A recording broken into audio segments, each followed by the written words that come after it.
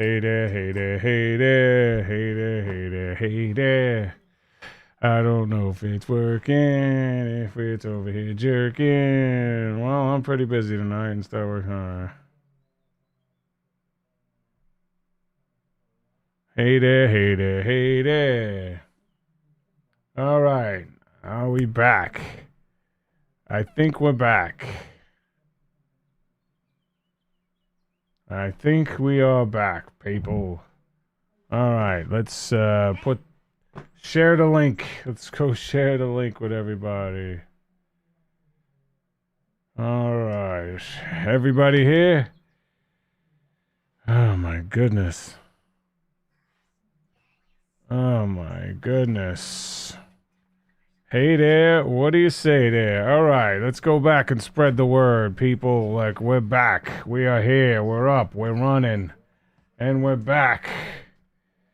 All right, let's do an Instagram just saying, let's tell people, let's see what the hell's going on. All right, apparently we're back online, so if you want to join us again for the races recap, join in. A great double episode kicking off here. Oh, my life.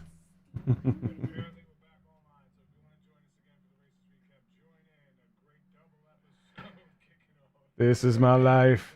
Hey. All right, let's go over this way. Well, we're gonna knock through this as best we can, people. Sorry. Thank you for all sticking around and hanging in there with me. You know, you guys are the real ones. I appreciate you each and every day I get to do this episode. So let's get to it. So we got through the express pass, and we got to the dumb tasks at the library. Seen docs. Let me get my custom browser docs. Oh, my browser docs are not back up here. Oh boy.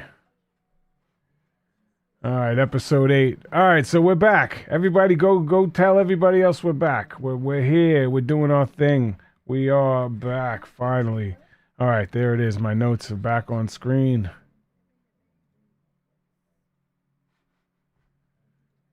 All right. I appreciate you guys, man. I hate being disorganized. I can't stand it more than anything in the world. And my life has just been chaos as of late. So just trying to get everything in order in general has been a pain in my ball sack. But we're going to get through this because that's what we do. We find a way to make it happen one way or the other.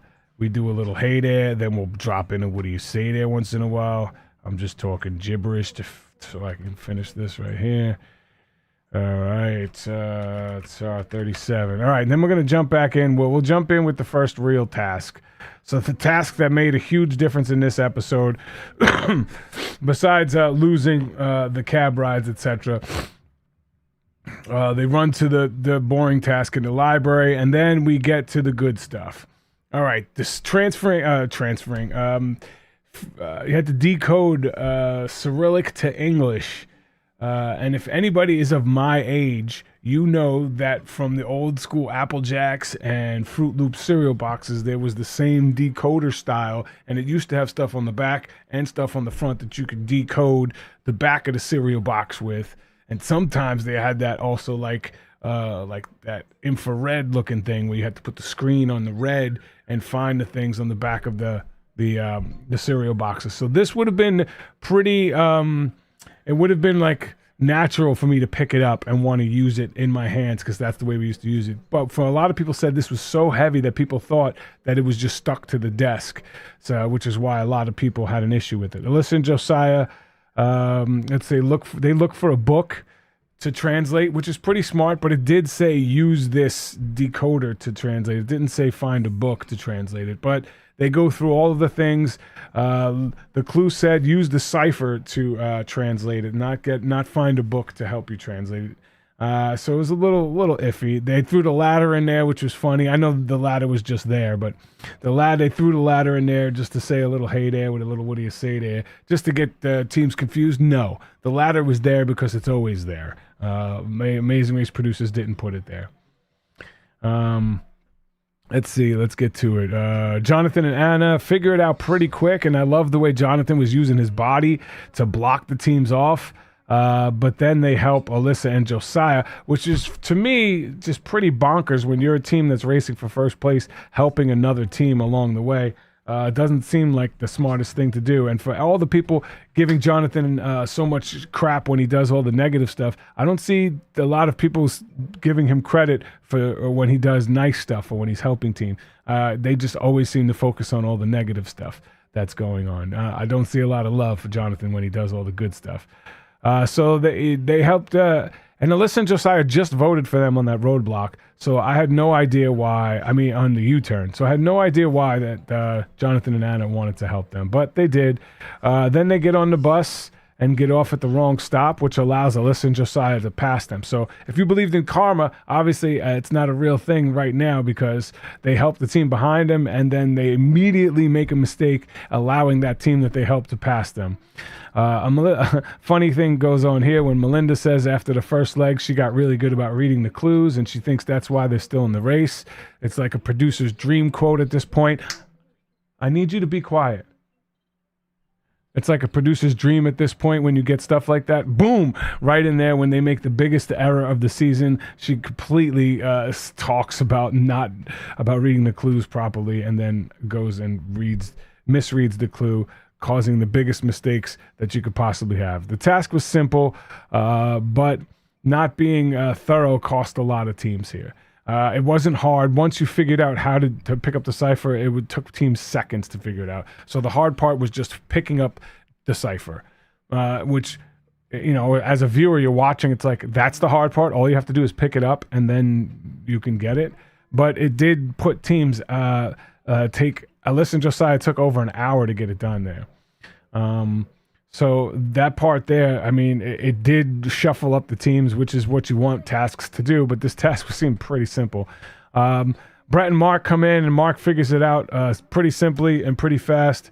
And then he comes in, nails it, pretty simple, in and out, no problem. Han and Holden take the bus there, and then Holden's trying to take the lead, but keeps stressing out here. He tells Han, can you take that deep breath?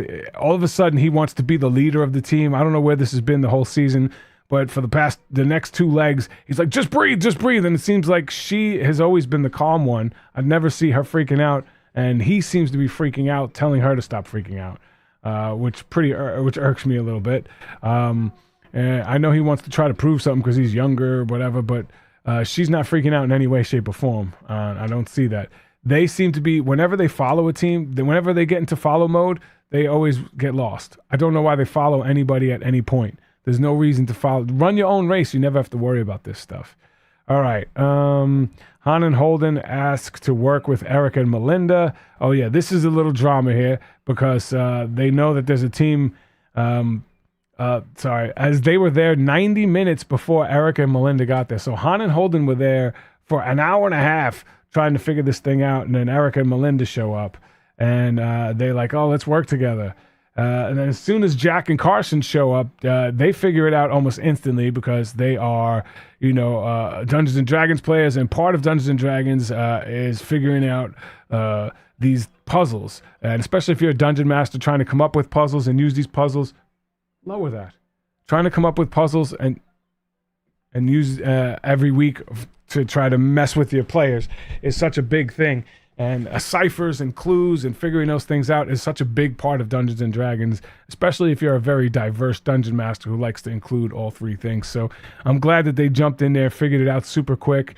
And then Han and Holden, are looking around because they don't know how to figure out anything on their own. So they see Jack and Carson who are behind them. I would have preferred if Jack and Carson tried to hide this in some way, shape, or form and do a better job of trying to hide this, maybe putting their backpacks in front of the cipher before they pick it up, or something like that. I have a little foresight to know that they're struggling, everybody's struggling with it, and we know how to do it. Let's not show them how. So I wish they would have tried to block it in some way like Jonathan did, but that didn't happen. Jack and Carson instantly figure it out. Basically, Han and Holden make a new agreement to not tell Erica and Melinda, and then Han and Holden have their mom's voice in the back of their head kicking in, like, oh, you got to be good people. The Amazing Race is not doesn't reflect who you are in the real world. This is a chance for you to win $1 million. If you're worried, basically, this is the same thing that when people get upset about teams going on and yucking up to the camera and like trying to play to the cameras and they hate those type of players. This is the same thing, but in a different form. It's like, I don't want to look bad on TV. Oh, I got to look like a certain person. Well, that's the same thing as somebody like, oh, I didn't like Tyler and Corey because they're yucking up to the camera because they're internet people. Well, this is the same thing. Like, you're not being a good racer. You think you're a good person because you like help some other teams out. That doesn't make you, if you come on the race just to prove you're a good person, you're on the race for the wrong reasons. Either you come on the race to win the race or you don't. You come on the race to win or you come on the race for whatever those other reasons are. And if those other reasons, then you shouldn't be on the race. You come on the race to win the damn race. So, Han and Holden feel bad. They let Jack and Carson pass them, and then they get it, and then they run in and tell Erica and Melinda, which when you're racing for last place, this is the dumbest thing you could do. So never a chance of me doing anything like this. And I don't care if anybody thinks my personality, oh, you're a bad person. Oh, well, I'm running a race. And if you're on a race and you're going to help the team in behind you, possibly pass you just because you want to feel like a good person, oh, well, you're a good person who's not going to win $1 million. So that is why Han and Holden have zero chance of winning $1 million. Because being a good person doesn't help you in the race at all. Jack and Carson think it's a bad move, and they are right. All right, so let's get on to it. So Brett and Mark take a train to the next part. They go to the Jack and Carson, Han and Holden jump on a bus. Jack and Carson stop for directions. Han and Holden keep running. And obviously they get lost. Jack and Carson go to the right place. Next part, they have to go to this military club where Brett and Mark take the bus. Jack and Carson take the train, and leads to the roadblock. Oof, I'm trying to rush through this because it's a double episode. So let's get to the tough part. The roadblock, where it's a dancing task. Normally, dancing tasks are absolutely the best parts of the Amazing Race season. This was probably one of the easiest dancing tasks they've ever done. It was literally 4 moves, just done over and over and over again at a high speed, at a high pace. And every team that tried it got it on their first, second, or third try.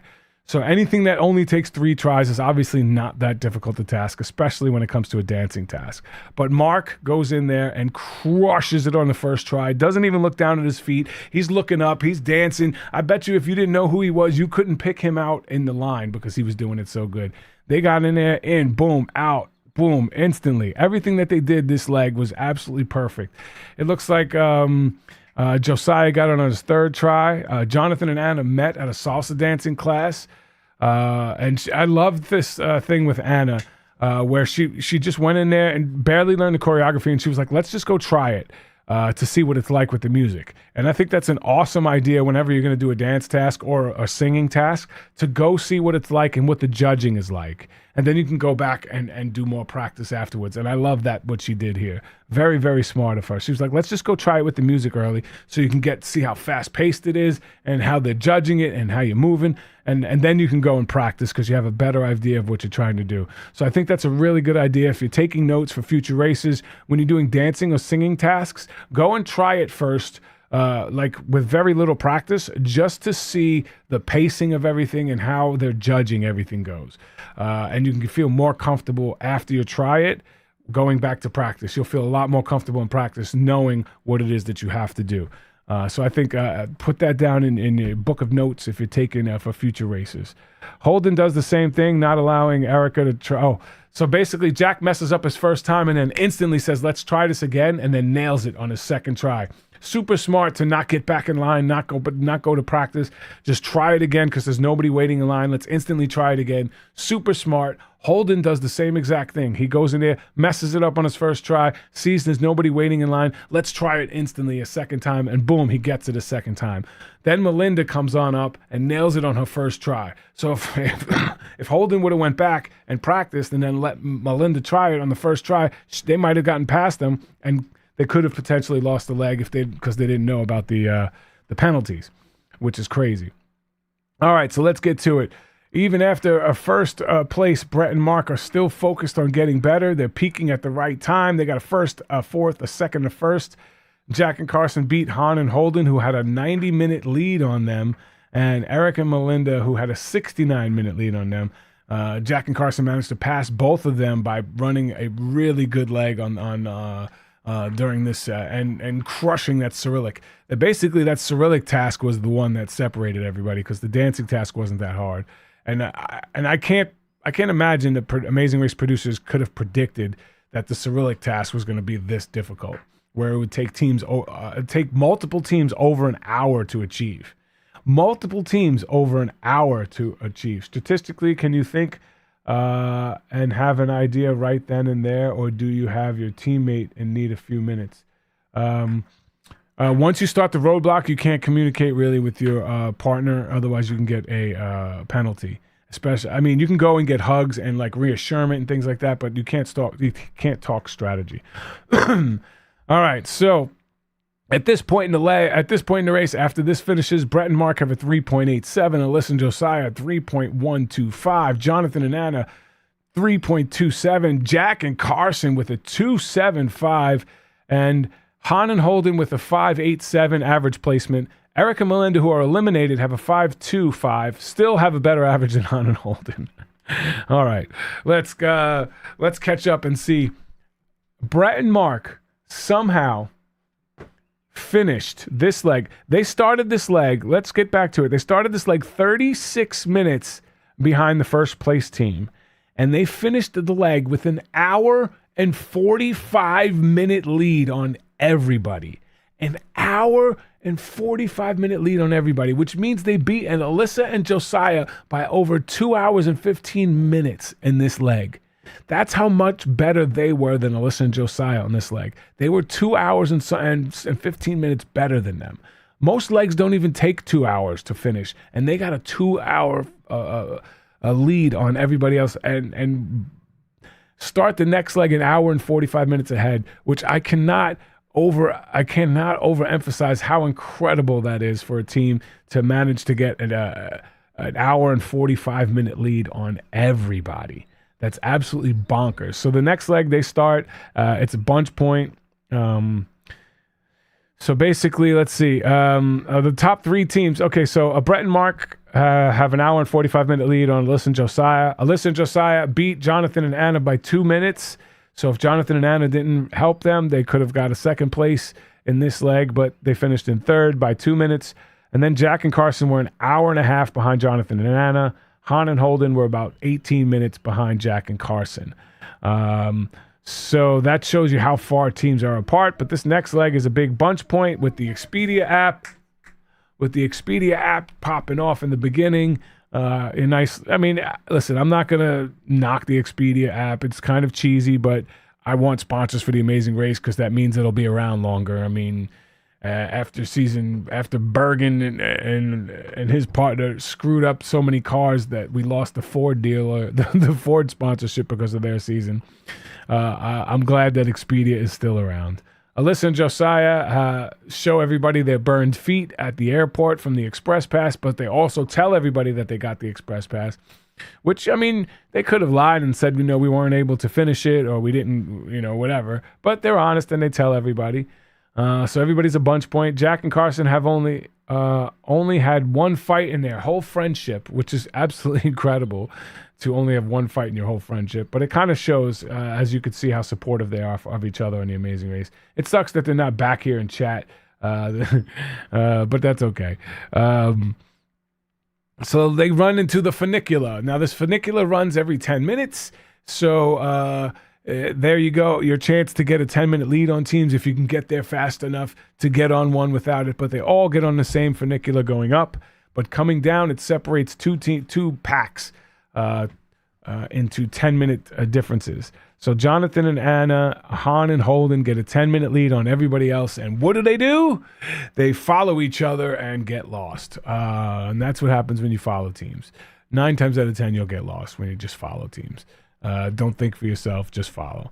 And you can see one of them stops and get directions while everybody else is standing around. Sorry, I'm stopping and get directions. If you're stopping and get directions, I'm also stopping and get directions, so we could see who gets better directions, and then I'm no longer following you. I mean, I'm never a follower anyway, but if at that point where you're all lost, both of you get directions at the same time, and then you just go on your own way and stop being in follow mode, which allows the second group to pass all of them, and they get to the detour, mandolin or mozzarella. Very surprised that anybody chose mandolin, but I guess Jonathan is very musical, and I'm going to guess that it has a lot to do with his autism, how that kind of soothes him. Music is a very big thing for autistic people, especially when it comes to calming them down. And being able to focus on a single subject, like learning the music or listening to the music. So he seems to be very musical, was extremely happy about this, and they absolutely crushed it, nailing it on their first try. And mozzarella gave a lot of teams difficulty, so maybe mandolin was the better task. But if I'm in Italy, I'm picking mozzarella. My dad had a pizza shop for 3 years. I would have been all about that mozzarella. This would have been a great leg for Diana and I. You lost every past racer in the crash. Yeah, they all left. That's okay. That's all right. It happens. All right, Jack and Carson, Brett and Mark are the first ones there. Alyssa and Josiah get lost along the way, so they lose some time. So you have to get 250 to 350 grams, which is basically half a pound to 3/4 of a pound of mozzarella. Now, when you're doing a task like this that needs to be weighed, take down the notes for future racers. What you don't want to do is do all 6 and then get them weighed. You go and you do 1, and then you go and get that 1 weighed, and you can get an idea. Okay, this one is good enough weight. Cool. Now you have something you can measure against. You don't go do all 6 and then get them weighed. You do them 1 at a time. You do the first one, and then you get an idea. Okay, this is too light. This is too heavy, and then you can have a better idea. Which a couple teams messed up on, doing all 6 and then getting all 6 judged. All right, so let's get to it. Jonathan and Anna, only team to do mandolin. They nailed it on their first try. Han and Holden are the last team to get started as they get lost and then run to mozzarella. Han and Holden, big problem here is self-judging each other and thinking everything has to be perfect. It does not have to be perfect on this type of task. Jack and Carson make 6, and they're all too small. Then they make another group, and they're all too big except 1. So they made 12 before they figured out which that they had to do. So 12 of them, out of the first 12, they made only 1 pass. Then they used that 1 to get the next 5, which worked out really well for them. They nailed it on their third try. Brett and Mark get 4 on their first try, nail it. And 1 on their second try because they only made 2, and then nail it on their third try and get out of there. Alyssa and Josiah nailed it on their first try. Han and Holden got 4 on their first try and 2 on their second try, but it took them forever to get judged because they were self-judging. You never want to self-judge. I mean, everybody in the Racers Recap knows that. Don't self-judge. Don't stop yourself. Always take your stuff to get checked first. They made them, looked at it, and then undid them. Why? Why would you undo it? Just put it in the thing and do another one. It's going to take the same amount of time to do another one as it would to undo it, and then try a new one. So don't ever undo it. Just make another one. So that was a bunch of little errors by Han and Holden on this task, and it really took them to the back of the pack. And then teams must have to run and get to this shopping task, which I thought was a fun task. To go into the alleys and do the help shopping. I mean, Amazing Race does a lot of shopping tasks. We have to run from one place to another. It seemed like literally every single thing that they needed was on one street, which is pretty simple for a shopping task. You just had to figure out which places they were on that same street. It's pretty simple for a shopping task. But Jonathan and Anna are first to the shopping info. Jack and Carson get lost on the way. Brett and Mark are second there and pass Jack and Carson, who get lost. Another thing that I picked up while watching this episode is that Naples has terrible graffiti. they got a lot of graffiti, which is fine, but none of it was actually good. It was just all ugly. Like nobody has skills. I thought they were good artists over in Italy. They didn't have any good street art. It was all just ugly, basic ass graffiti, which I don't know why. It just took me out a little bit like, this is just ugly. There's no skill involved. So, I mean, if you come to Philly, you see these beautiful murals all over the place, and even when there is graffiti, it's really nice block letters. It looks really cool. It just doesn't look like this basic ass garbage that there was all over this city. Jonathan and Anna, Brett and Mark finish just as Alyssa and Josiah are getting there. That's how far Alyssa and Josiah fell behind. Jonathan and Anna, Brett and Mark. They finished just as Alyssa and Josiah were getting there. So Brett and Mark get to the car first. They find the car first, even though Jonathan and Anna were the first out. So they passed Jonathan and Anna by finding their car first. But then Jack and Carson get a really good driver who managed to drive past Jonathan and Anna. So now Jonathan and Anna got passed by Brett and Mark because Brett and Mark found the cars first. And then they get passed by Jack and Carson, who were behind them, because Jack and Carson had a good driver. There's really not much you could do about a good driver, bad driver, except try to pump them up and get them going. And for any of the idiots that always make these comments like, I can't believe Amazing Racers like jump in a cab and be like, it's an emergency, it's a race, hurry up. Like, if I was a driver, like, I wouldn't care. My job's just to get you there safe. Well, then you're a shitty driver. I mean, if any job that requires a tip that you can get tipped on, the point of being in a service business is to service people. If some people are in a rush, you speed up. If other people want to see the city, you slow down and tell them about the tourist places and things like that. That's part of being a cab driver. So if you don't think that's part of being a cab driver, you've never driven a cab or an Uber or anything like that. Some people are in a rush to get to where they need to go, and if you get them there in a fast way, and they say, hey, listen, I need you to get there fast, they're more likely to get a tip as a cab driver. So if you're one of those people, you're an idiot. Sorry if you don't like being called an idiot, but I just have to call it like I see it. That's who I am. You can clip that and send it to any of the idiots that write it in the Amazing Race fan groups or the Reddits.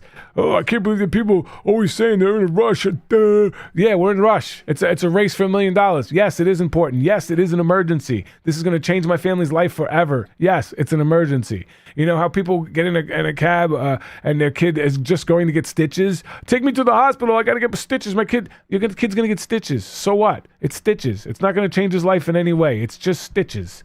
All right? But you would say that's an emergency, right? Because he's going to the hospital? Yeah, but he's going to get stitches. Who cares?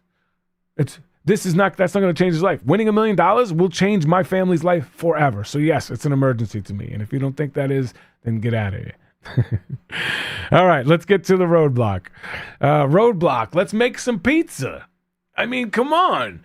Everybody's like, how come they're not tossing it in the air? Nobody who makes pizza actually tosses the pizza in the air. They only do that for to get tips or to try to show off for tourists. Throwing the pizza in the air, all that does is get the flour off the pizza. It doesn't do anything. It doesn't stretch it. It doesn't help the pizza in any way. It just wastes time. So I saw some people saying they should have had to throw the pizza in the air a couple times. It doesn't help. It's not really part of making pizza. It's just to show off. It's a move to show off, to show that you got skills, that you could throw it in the air and catch it without ripping it. Basically, it's just soft hands like in baseball. You know what I'm saying? If he or she can understand, we are not tourists. That's right. Tell them we're not tourists. We're not here to see this place. We need to get from A to B as fast as possible. And if you can beat the cab up there, I'll give you a tip. If not, then you don't get a tip. Just that's up to you. You want to worry about it? Cool. If you're worried about getting a ticket, I'll pay the ticket. Go as fast as you can. And we're not allowed to tell them to break the law. So we just say go as fast as you can. We can't really say if you're going to get a ticket, we'll pay for it. So you can't tell them to break the law. But if they break the law, then it's up to the camera guy and the sound guy to tell them to stop breaking the law, if you're wondering. So Anna worked at Domino's at 16, and she was one of the best pizza makers in the joint. And who would have thought that first job at 16 is the reason that you're going to win a leg on The Amazing Race? She goes in there at third after two teams are already there. Mark and Brett, Jack and Carson are already there. And guess what? She goes in there, boom. She's one of the ones that understand you have to put flour on the bottom of the... if you're not using a wood paddle, I mean, even wood paddles you want to put flour on. But you'll see a lot of pizza shops use a wood paddle because you really don't have to use the flour. Another way that people do it is to lift the pizza and blow on it, creating a little air pocket and then slide it, which is not that sanitary. So I wouldn't do that, especially now, after COVID seasons, lifting it and blowing it. When you blow, you tend to, have a little spit come out. You're not spitting, but, But I've definitely seen a lot of pizza people pick it up and blow to get it off the paddle. But throwing some flour on the paddle is just, it's like second nature for anybody who's ever made pizza before. So that seemed to mess up at least 3 different teams because they couldn't get it on and off the paddle seemed to be the hardest part of this. That and making sure that you stretch it wide enough. Please be quiet. That and getting it on and off seem to be the two biggest things, or making it big enough. And the way to stretch pizza is to not stretch like the middle. It's to stretch the edges. You leave the middle alone, like you almost palm it, and then it's like you lift it up a little bit on your knuckles, and then twirl it around and stretch it on the outside. Yeah, I'll be done in a couple minutes, bud. So you basically use your knuckles, when you lift it in the air and you just you use your knuckles to stretch the outside. A lot of people are trying to push down, stretch the inside and push it out. And that's not the way you make pizza. You stretch the outside of the dough and you use your knuckles. You lift it off and you use your knuckles to stretch the outside of the dough. And you want to make it the same size as the paddle. And a couple simple things to make you go. I'd like to know from the races that did not do this roadblock, can they smuggle pizza for their teammates that did the roadblock? Yes, I'm going to tell you yes. If they offer you food at the roadblock, you can take it with you. I would have definitely, they said deliver that pizza to the finale, to the people at the finals. I would have definitely grabbed a pie and flipped it over on the top of each other, flipped it again, hopefully having it in quarters, and then stuffed it into my pocket. 100%. I wouldn't have even asked. I would have done that because when you're running the race, you don't stop to get any food really, and you know that pizza is going to be so good. So Brett and Mark, Jack and Carson, they do.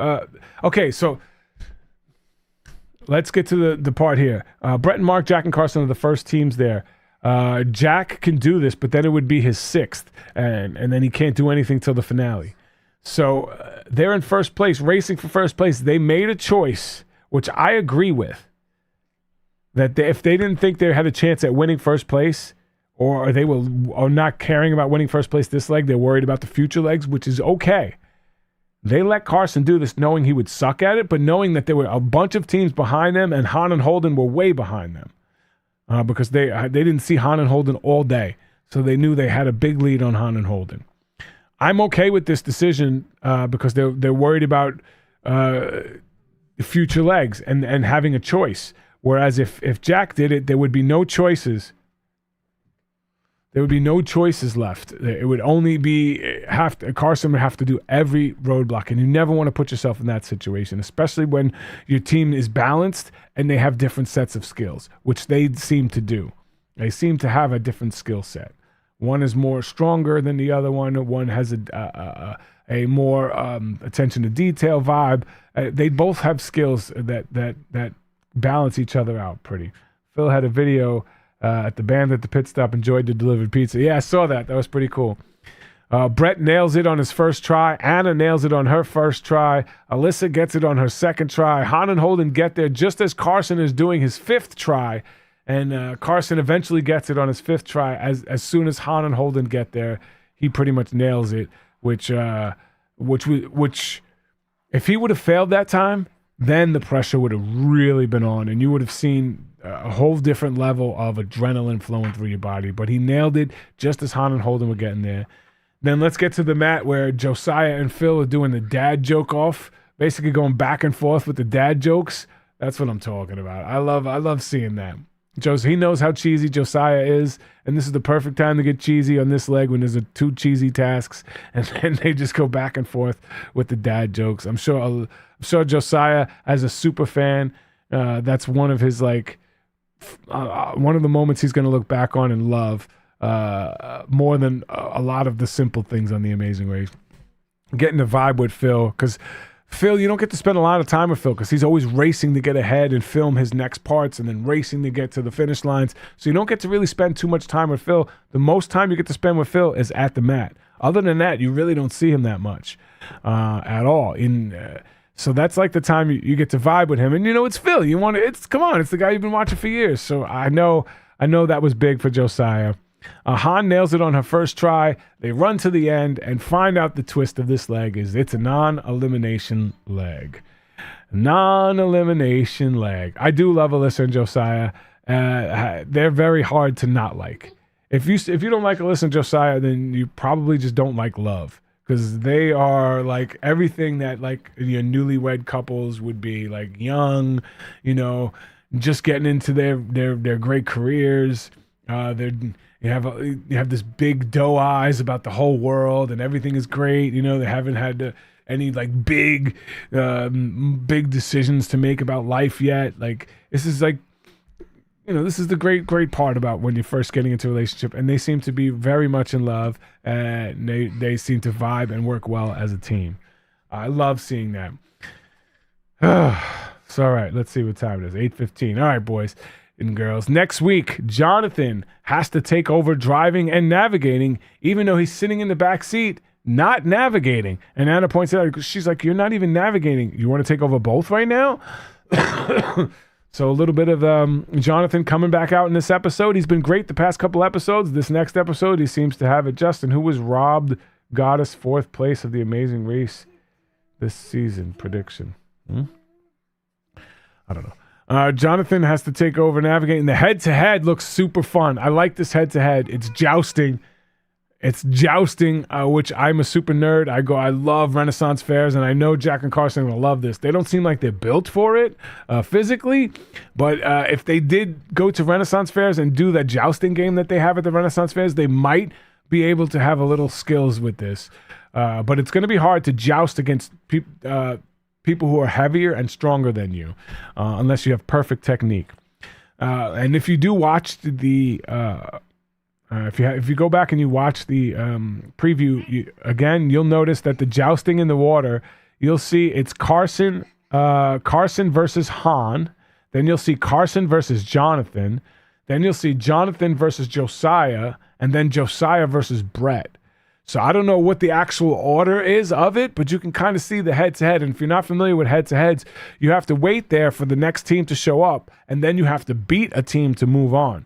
So you could be the first team there, but the last team out because you suck at the task. So we definitely know it's Carson versus Han, and we only see Han once. So I don't know if that's at Carson and Han are the last ones there, or if Carson and Han are first there and Han nails it on the first try and moves on. I don't know. But then you see Carson versus Jonathan, Jonathan versus Josiah, Josiah versus Brett. So you can kind of see the vibe of it. I just hope the head-to-head is not at the end of the leg. I don't like it with the pit stop in sight. If the pit stop is hard to find or there's a task after the head-to-head, that's cool. Like, yeah, I don't want the head-to-head to be the thing that determines whether a team goes home. Which they've done in the past, and they've done the head-to-head with the pit stop right there at the end of it, and you can kind of see it. I need you to stop.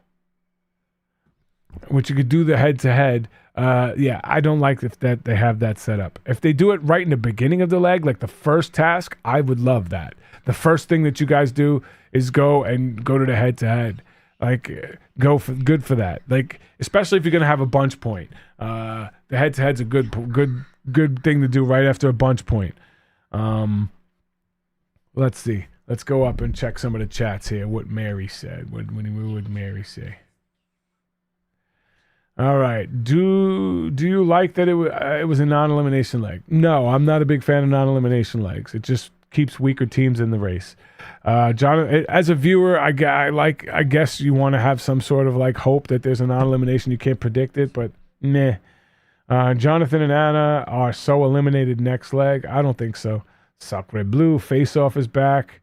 It's a head-to-head, not a face-off. Jonathan had to do the next 2 roadblocks. Let me see. Hold on. Okay, yes. Jonathan does have to do the next 2 roadblocks. Carson and Jaxie are 5 and 4. So they both still have a choice about who could do the roadblocks. Brett and Mark are 5 and 5. Alyssa and Josiah are 5 and 5. Han and Holden are 5 and 5. So they all have 1 roadblock left. Carson has 2 roadblocks he could do left. And Jack has 1 that he could do. So they have the most versatile. Jonathan has to do the next 2 roadblocks. And then in the finale, I don't think it matters. In the finale, they don't count it anymore. I don't think, unless the next 3 legs there's only 2 roadblocks, which there could be possible. So Brett and Mark from first to last. No, they finished second. So Brett and Mark are first or last. Well, possibly. It all depends. It all depends on when they get there. They could be right in the middle. All right, let's go. Han and Holden next, then Jonathan and Anna. Don't let previews fool you. I think it's Han and Holden. Yeah, I think Han and Holden statistically, and they've never been good. They've finished once in the top 3. Everything else is 5th or below. Last team to fail the head-to-head will have to do a penalty before moving on. No, they don't. They just have to wait a certain time. It's not a penalty, really. They just have to wait. I don't know, it's 5 minutes, 10 minutes. Then I don't know. I don't know if you want to call that a penalty. That's fine. Canadian version did the twist better. The Canadian version, the best version of the Canadian one was when they did the boats. It was like boat soccer. I thought that was pretty fun. I've always not liked the head-to-head in the intersections. I don't like intersections too much. Head-to-heads I like if they're done right.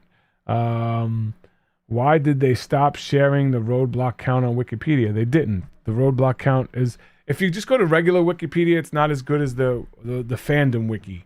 Regular Wikipedia is not as good as the fandom wiki. So always go to fan wiki. So when you search for Amazing Race, search Amazing Race fan wiki, and that's the best one because it's updated by super fans as the episode is going.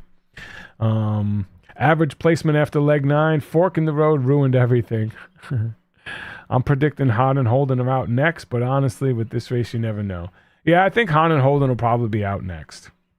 I think that it's going to be Han and Holden and Jack and Carson racing for the final, to get in last place on this leg. This seems like a leg that would be good for Brett and Mark and Jonathan and Anna because they're both tall and strong. And if you're going to be standing up and doing jousting, having the higher leverage, higher ground is an advantage. Being strong is an advantage. Having more weight is an advantage. So those things are an advantage. But if you can't balance on a boat, then it doesn't matter. So you have to have good balance as well. But I think Brett and Mark both have great balance. I think Jonathan has great balance. All 3 of them are jacked. All 3 of them are tall, in great shape. So I think they have an advantage on this head-to-head. All right, shock boot notwithstanding. I think the top 3 will be Josiah, Brett and Mark, Jack and Carson. I mean, it's hard to count out Jonathan and Anna since they've won more legs than any team this season.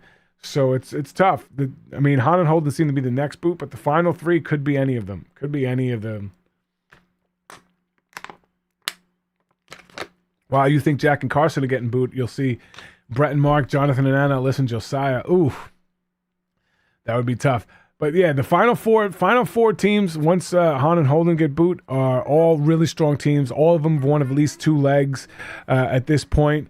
And I think by the finale, you could have in the finale 3 teams who've won 3 legs each, which would be an incredible feat. I have to go back and see if that's ever happened before.